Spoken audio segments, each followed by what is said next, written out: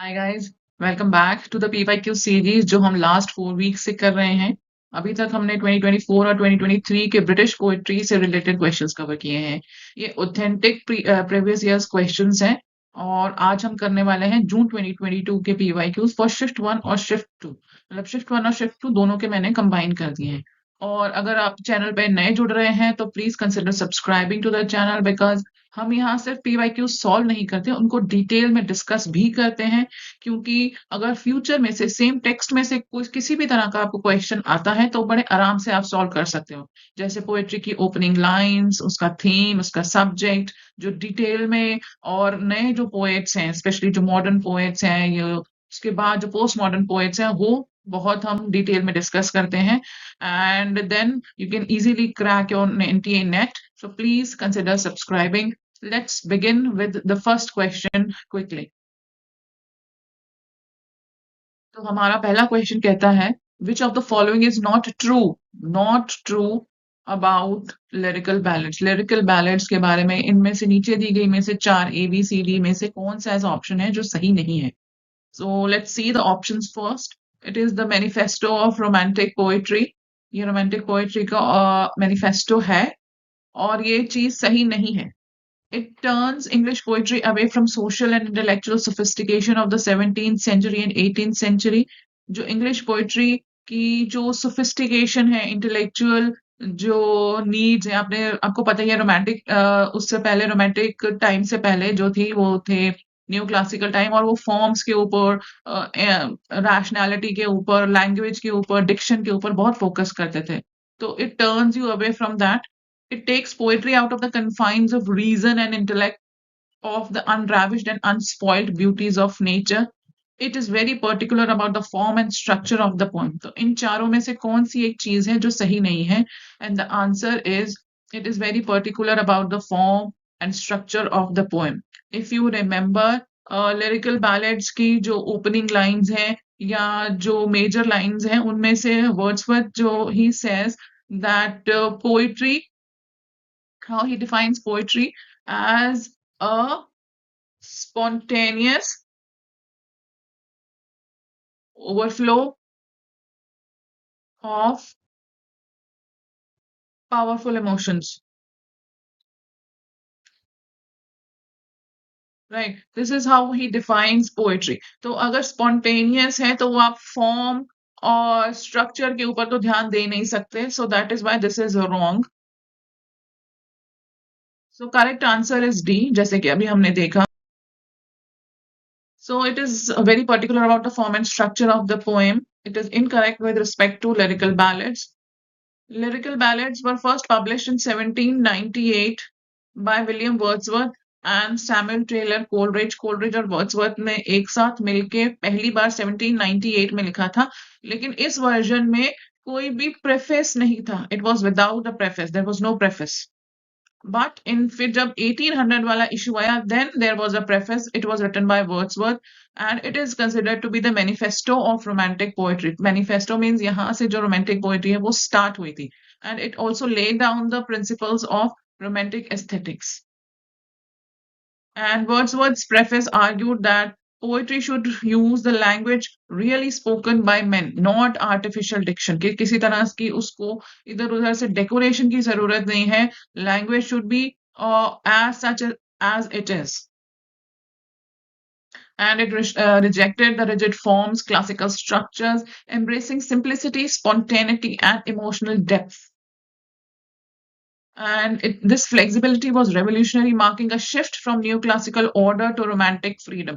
तो जैसे we have discussed already, इससे पहले जो age थी, it was neoclassical age. Dryden, Pope, all those who were famously known for their diction, for their form, for their perfection of writing. And it celebrated nature and emotion over reason. So that is why only number 4 is correct. Moving on with the next question. So there we are given two lists, list 1 and list 2. It is the name of the authors and there are some name givens of their work. इसमें से poetry collections हैं, essay है, और then there is a novel as well. So these are the options given. तो इस तरह से अगर आपको वर्क आते हैं, बहुत सारी लंबी लिस्ट आती है, अगर आपको सारे नहीं आते हैं, डोंट वरी, डोंट पैनिक। आपको देखना है कि आपको मेजर है कौन सा श्योरली आता है। जैसे इफ आई से मुझे श्योरली याद है कि Philip Larkin when he started writing, his first book that he wrote was The North Ship. So इसमें B4 एक ही ऑप्शन में B4 है, D. So I would tick D. So आपको ये ट्रिक जरूर याद रखनी है कि राइटर, जब आप कोई भी राइटर प्रिपेयर कर रहे हो ना, तो उसका फर्स्ट वर्क और उसका लास्ट वर्क, ठीक है, चाहे वो पोस्ट्यूमस है, इस तरह से आपने प्रिपेयर करना है। एक तो आपको फर्स्ट वर्क जो है फॉर श्योर श्योर पता होना चाहिए और लास्ट वर्क पता होना चाहिए। इस तरह से आप इसको बड़ी आराम से क्रैक कर लोगे। हर राइटर के हर वर्क को रट्टा मारने की जरूरत नहीं है। I am telling you again and again, it is more like a test of your skills, how you apply your knowledge rather than cramming and cramming and cramming more. See, it is option D, where the B4 is the correct option. Kingsley Amis has written Against Romanticism. It is an essay.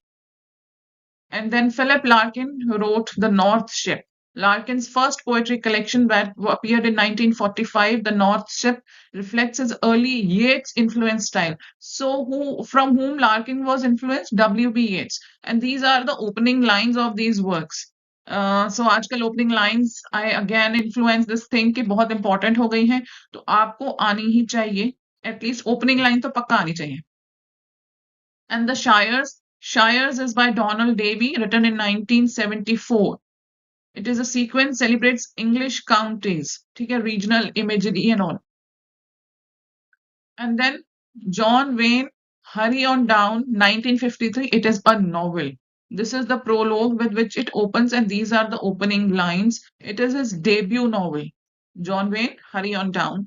It is a picaresque satire on post-war Britain. Restless graduate. The main character is Charles Lumley, rejecting bourgeois conformity for chaotic freedom. He rejects the bourgeois society. He does not want to work as a worker only. And it also marks the beginning of the angry young men tradition. ठीक है, ये सारे जो आपको है ना, कौन कौन से ग्रुप्स थे, जैसे एंग्री यंग मैन ट्रेडिशन क्या थी, क्यों था? Because after industrial revolution, after the war and everything, so there was a complete unrest among the youth. वो फिर जो unrest था, it came out as an anger and it was reflected in literature, and that came to be known as the angry young man tradition. Moving on with the next question. Which among the following is incomplete work by P.B. Shelley? As we all know that P.B. Shelley died suddenly with his boat capsizing, right? And because of that, his works were left incomplete. Which is that work? The answer is The Triumph of Life. That was he writing. The correct answer is option A, The Triumph of Life.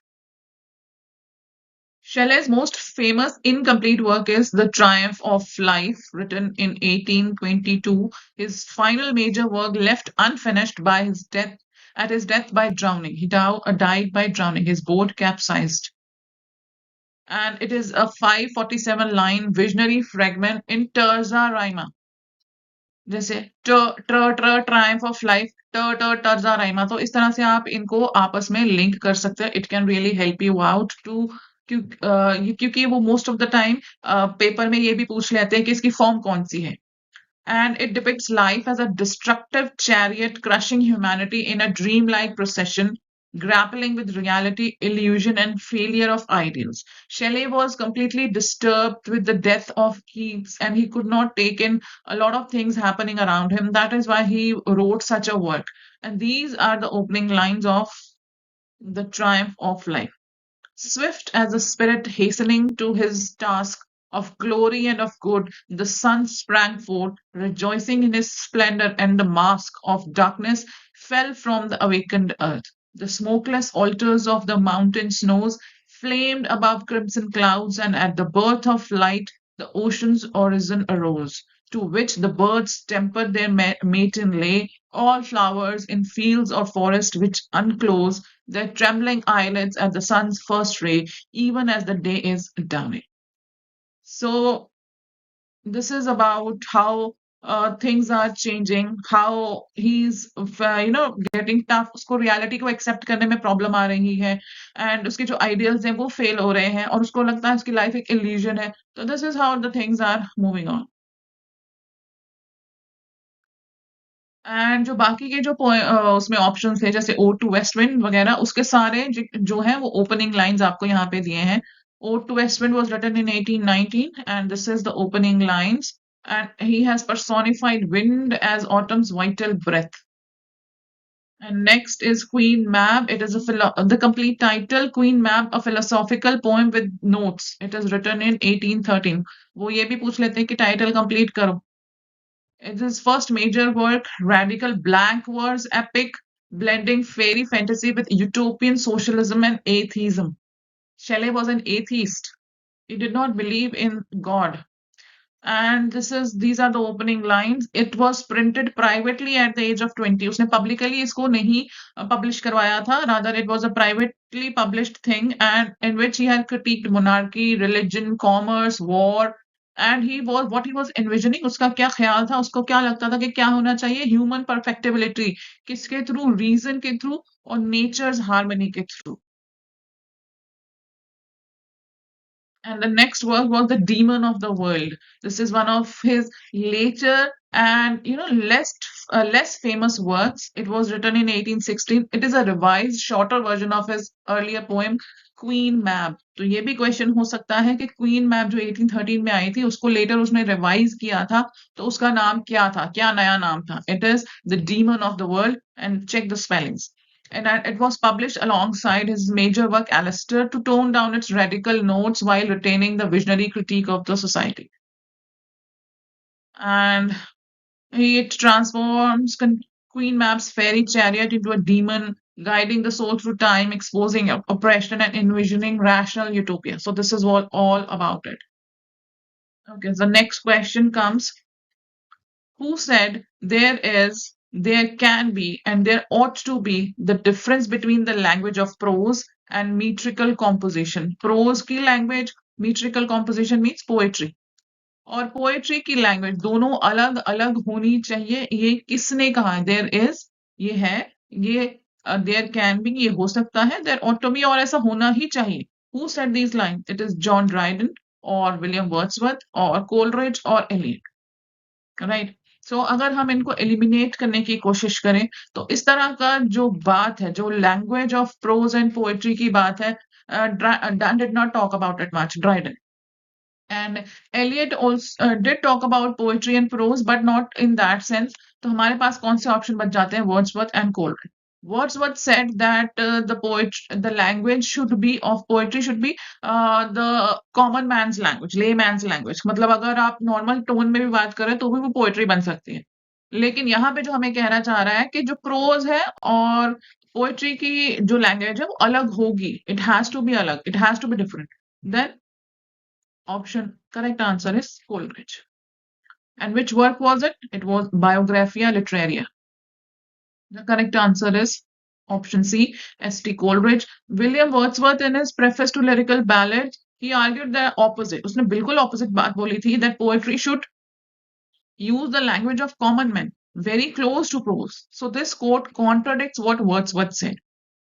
But Coleridge, in Biographia Literaria in 1817, he directly challenged Wordsworth's claim. He insisted there must be a difference between prose and poetry, and that exact phrasing belongs to him only.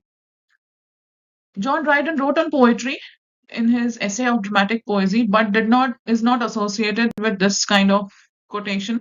And also Eliot wrote about prose versus poetry, but in the 20th century and not in the exact this sentence he never used. So the answer is Coleridge. Moving on with the next question.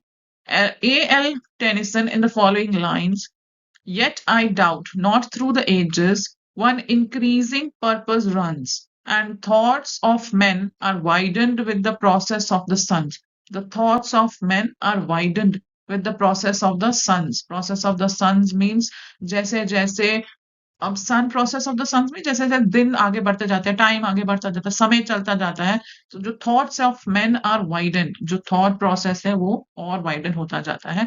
तो किस चीज के बारे में वो reflect कर रहा है? सेक्युलरिज्म, एवोल्यूशनरी फेथ, यूटिलिटेरियनिज्म और मटेरियलिज्म। जैसे हमने अभी पढ़ा और समझा, the thoughts of men are widen, that means your evolutionary faith. Yeah.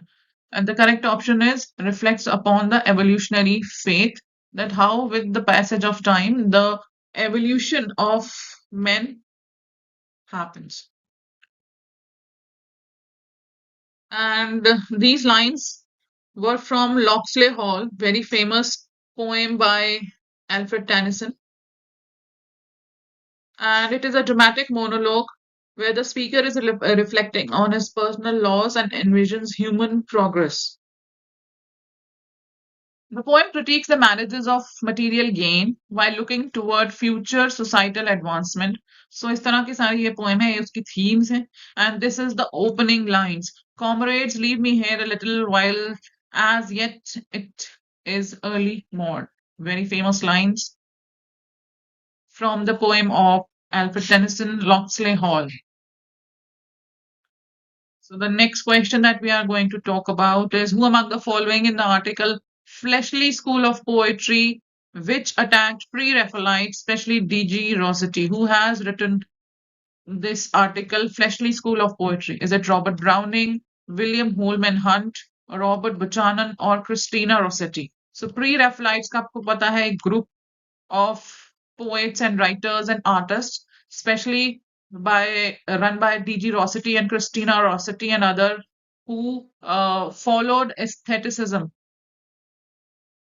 that beauty and splendor or everything related to sensuality, and they were kind of attacked by one of these writers who wrote an article, Fleshly School of Poetry. तो वो Fleshly School of Poetry किसने लिखा है? देखो, browning नहीं है, Christina रॉसेटी तो खुद एक मेंबर थी, तो हमारे पास रह गए दो option, William Holman Hunt and Robert Buchanan. And the correct answer is Robert Buchanan. See, the answer is Robert Buchanan. And the article Fleshly School of Poetry was written by him in 1871. And it has been written under the pseudonym Thomas Maitland in the work Contemporary Review, जो magazine थी Contemporary Review, उसमें Robert Buchanan ने under the pseudonym Thomas Maitland wrote this article, The Fleshly School of Poetry, critiquing and attacking the pre-Raphaelites, especially D.G. Rossetti. He accused the pre-Raphaelites of indulging in sensuality, morbidity, excessive aestheticism, labeling their work as fleshly rather than spiritual or intellectual. Right? So Rossetti ने, D.G. Rossetti ने responded to with his famous pamphlet, The Stealthy School of Criticism, defending himself and the pre-Raphaelite movement. और फिर इसके जवाब में, Fleshly School of Poetry के जवाब में, Rossetti ने लिखा The Stealthy School of Criticism. And why the name stealthy? Because he said that Buchanan was coward, ठीक है, and because he has used a pseudonym to write this article, and that is why his means was stealthy, chori chupe, and he could not critique them openly. He did not have that much of bravery. He was a coward.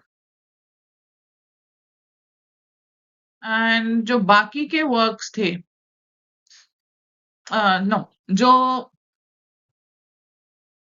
yeah, so this is the opening lines of that Fleshly School of Poetry. It has an analogy and a reference to Hamlet, where he's talking about Rosencrantz and Guildenstern. So this is quite important, and इसमें से भी question मतलब बन सकता है कि हाँ कैसे, and on sensuality especially, what did he said, and these are his quotes on the morality, means they have no morality and all. So these are the important references and important lines from the Fleshly School of Poetry article.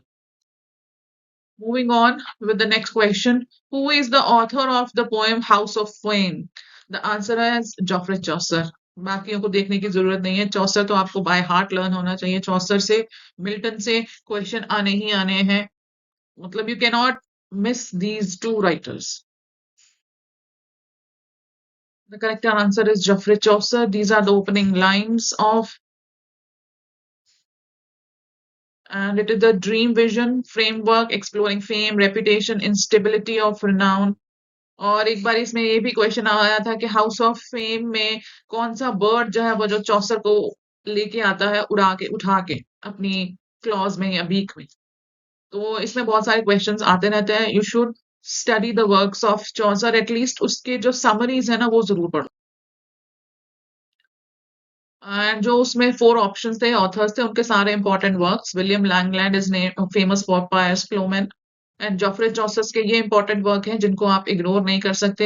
And these are the works of Thomas More and then Philip Sidney.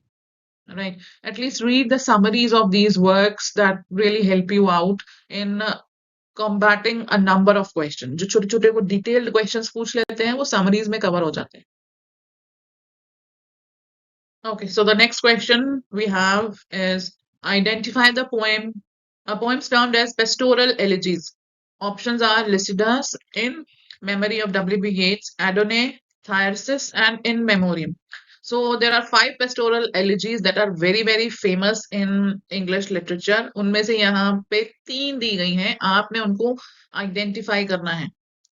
They are Lycidas, Adonai, and Thyrsis. क्यों ये है, क्या ये है, वो अभी हम discuss करते हैं। तो ए, सी और डी हमारा ऑप्शन है, तो हमारा सी ऑप्शन इज करेक्ट। या option C is the correct answer. पहले तो what are pastoral elegies? Pastoral elegies mourn a shepherd figure in idealized rural setting, blending lament, nature imagery and consolation. तो pastoral elegy में एक shepherd figure के जैसा होता है दैट हैज डाइड और पास्ड अवे, एंड इसमें प्रॉपर रूरल सेटिंग होती है। इसमें लेमेंट लिमेंट और मतलब मोर्निंग और नेचर इमेजरी इन सबको ब्लेंड किया जाता है, and it offers a consolation.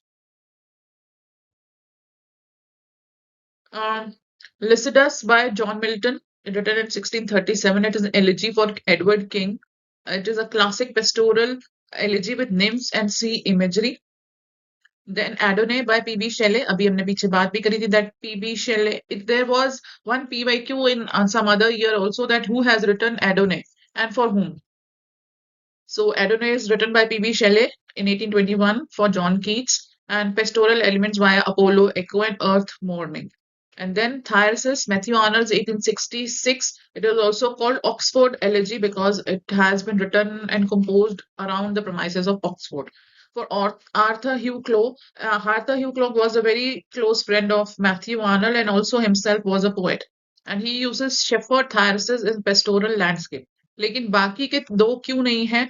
In memory of W.B.H. written by it is by W.H. Auden. It is modern elegy, not pastoral. Elegy है mourning W.B.H. लेकिन pastoral नहीं. And in memorial by Tennyson, it is philosophical elegy है लेकिन pastoral elegy नहीं है. Pastoral means rural theme, nature imagery, rural setting, consolation, lamenting, and everything. Okay, now these are the opening lines of those elegies, right? Next comes the next question. Again, we are given two lists, list 1 and list 2. This is the name of the author and this is the name of the work they have done. And if I have to uh, see, हमें एक या दो अगर याद है तो भी हम कर सकते हैं। जैसे Rudyard Kipling has written The Last Sati. He has written, तो B4 या B3 ये eliminate हो गए, B1 ये दो रह गए, right? So Rudyard Kipling, Last Sati क्यों? I'm sure because Rudyard Kipling had you know, inclination towards Indian aesthetics, Indian culture and everything. So that is why he was more ingrained into this. तो वो इस तरह की poetry लिख सकता है. Rather, he has written it, right? O. Henry, Beauty at Verona या Hard to Forget. O. Henry का एक जो feature है, that I remember, he is a master of endings. वो अपनी एंडिंग इतनी शानदार लिखता है एंड टोटली चेंज हो जाता है सारा कुछ. It is very thriller kind of short stories he right. Let's see our correct option. The option is C. O. Henry is written hard to forget. Rudyard Kipling, The Last Sati. Oscar Wilde wrote At Verona. And Ralph Waldo Emerson wrote Beauty. O. Henry, it is a short story. Hard to Forget is a short story by O. Henry, known for his surprise endings and human warmth. He fits a style of portraying everyday life with irony and sentiment. And then Rudyard Kipling, Last Sati. The Last Sati is written about the Indian practice of sati, right? And then Oscar Wilde at Verona. It is published in 1881 under Wilde's poems, collection of poems. And then Beauty is an essay in the conduct of life, written in 1860. Okay, so the next question is, should poets' bicycle pump the human heart or squash it flat? A man's love is of a man's life is a thing apart. Girls aren't like that. The above lines are written by whom? Is it by Philip Larkin, Donald Davy, Kingsley Amis and John Wayne? If you remember, हमने जब शुरू में question करने start किए थे इसी video में, तो again Philip Larkin, Donald Davie, John Wain, Kingsley Amis के ऑप्शंस आए थे. तब उनके वर्क्स को मैच करना था, अब उनकी कोटेशन को मैच करना है. So these writers are important, specially if I say it is Philip Larkin or Kingsley Amis, इनको आप बिल्कुल भी इग्नोर नहीं कर सकते. The correct answer is Kingsley Amis. These lines are from his poem. The name, by the name, it has that same kind of a name, and it is a satirical take on modern poetry's role in love and emotion. He was a part of the movement poets of 1950s along with Philip Larkin, Donald Davy, and John Wayne. So that is why उनके चारों के नाम एक साथ आते हैं, because they were a part of the movement poets, movement poetry 1950s की. They rejected modernist obscurity, instead favored clarity, irony, and everyday realism. Amis, in particular, is known for sharp humor. His novel Lucky Jim is very famous for his satirical tone and humor. Moving on with the next question. The predominant emotion running through the poem Christina by Robert Browning is that of sadness, aggression, love, or none of the above. The answer is love. Robert Browning has written dramatic monologues, and they have that, you know, mm, very good emotions about them. Browning's Christina name itself is a dramatic monologue where the speaker reflects on the passionate, almost overwhelming love for Christina. Poem explores the intensity of desire, the tension between spiritual and physical love. And while Browning mixes irony and complexity into his monologues, here the predominant emotion is love. And these are the important lines. These are the opening lines. She should never have looked at me if she meant I should not love her. Okay, this is the next question. The elegy written in Country Churchyard is written in what? Quatrains of 10-syllable lines, octava and sestet.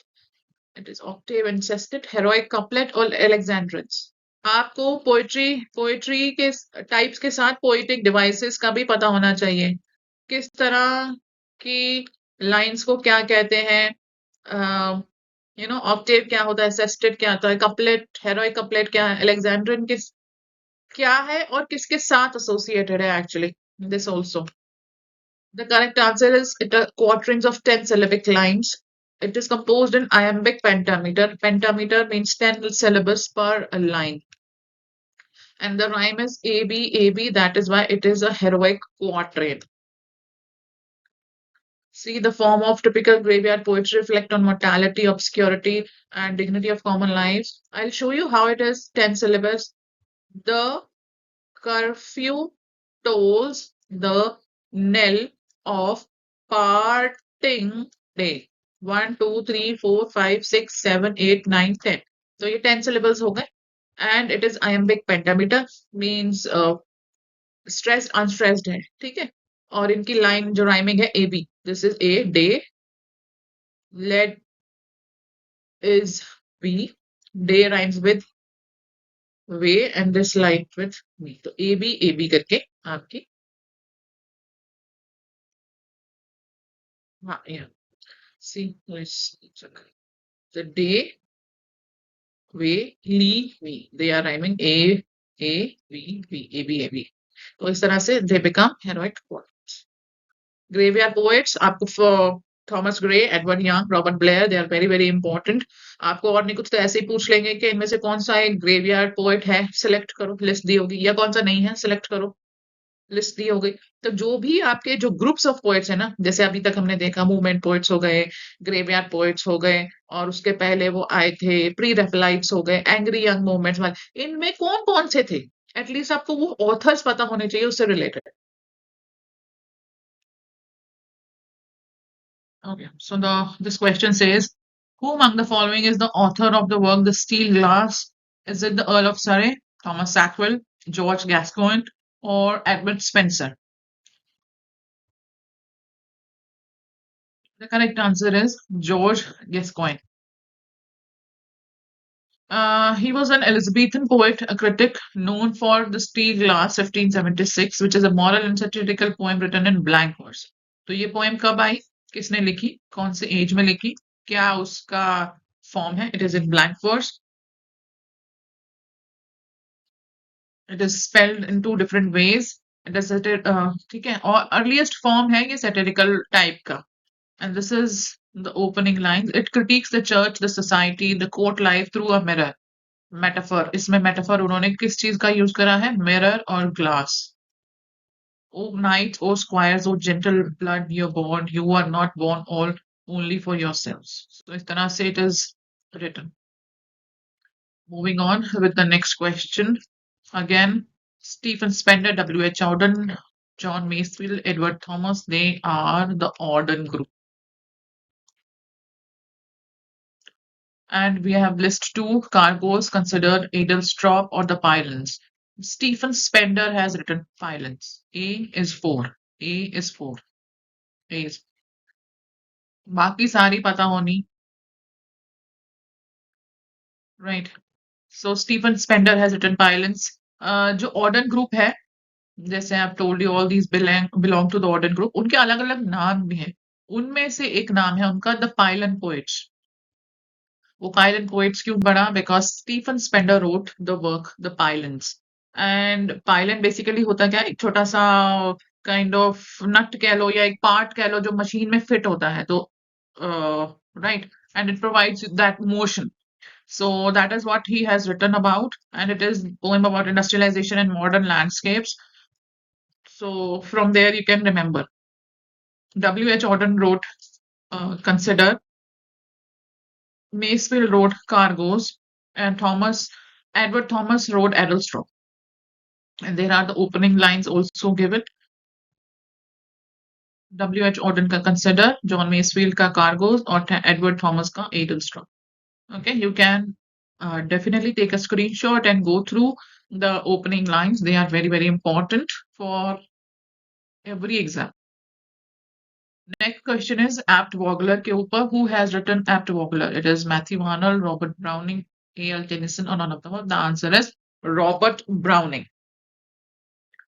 Right. Robert Browning was a Victorian poet famous for his dramatic monologues. And the name of the poem that we are talking right now is Apt Vogler. It was written in 1864.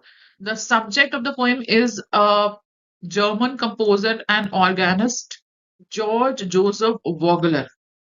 Browning imagines Vogler improvises an organ and reflects on the spiritual power of music. And he says that music is a divine language capable of transcending earthly limits and hinting at eternal harmony. And these are the opening lines. ये एक जगह नहीं, सब काफी जगह पे ऐसा बोला जाता है that music holds a lot of power. कोई भी आपके hymns हैं, कोई भी आप के जो music, जैसे हर चीज में music है. So music has that ability that it can transcend you beyond earthly limits. That is the theme of Apt Vogler. And the next question, Hudibras of Samuel Butler reflects on what? Again, it is a revolt against Puritanism, Hellenism, humanism, or Anglicanism. The answer is Puritanism. Samuel Butler, he attacked religion, he attacked Puritanism and their, fake shackles and all. It is a satirical poem published in 3 parts between 1663 and 1678. It is written in octosyllabic couplets, means iambic tetrameter rhyming couplets, and ridicules religious hypocrisy, pedantry, political fanaticism, satirizes Puritans, especially those involved in English Civil War. The central character is Sir Hudibras, is the caricature of the Puritan knight, pompous and self-righteous, but ultimately ridiculous. And the poem mocks the rigid moralism and political zeal. And these are the opening lines. And this is the next question. And this is the last question of June June 2022. Identify the correct ones among the following. A dramatic monologue ensures reciprocal dialogue of the narrator. Dramatic monologue में जो narrator है वो और जो सुन रहा है वो भी बोलता है, मतलब आप there is a reciprocation of dialogue, ये नहीं। We know that dramatic monologue में एक ही बंदा बोलता है। The 19th century poets fully exploited the form of dramatic monologue. Yes, 19th century में जो अपने आ जाते हैं वो Browning and Alfred Lord Tennyson, they mastered dramatic monologue. The poetry of experience by Robert Langbaum outlines our discussion on dramatic monologue. It is a very famous book. It is the name of a book. Poetry of experience. It is on dramatic monologue, yes.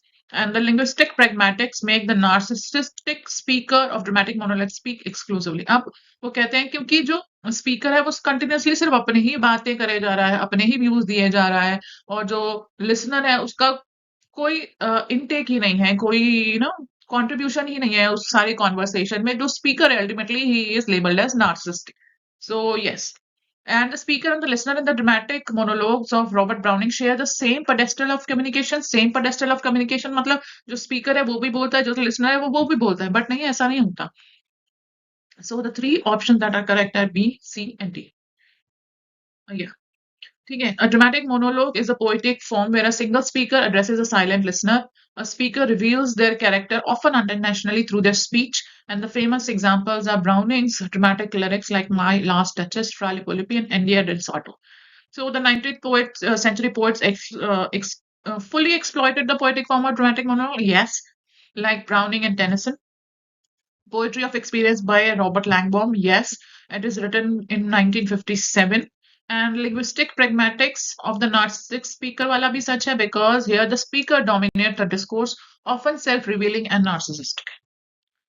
So this is what all about for today's video. ये video थोड़ा लंबा हो गया है, I know, but this is very very important because जून 2022 के सारे जो question हैं वो एक ही जगह पे मैंने कवर कर दिए, शिफ्ट 1 शिफ्ट 2, इसी वजह से ये थोड़ा वीडियो लॉन्ग है। आप पॉज ले लेके सुन सकते हैं, रिवीजन के टाइम देख सकते हैं, but do not go without attempting your take on PYQs, and this video can really help you out. Again, I am kind of requesting कि जो जिनको हेल्प हो रही है या जो नए आ रहे हैं चैनल पे, please subscribe to the channel, फिर मुझे और आइडिया होता है कि आपको वीडियोस अच्छी लग रही हैं और आपके लिए हेल्पफुल हो रही है. Okay, thank you, see you next time, bye bye.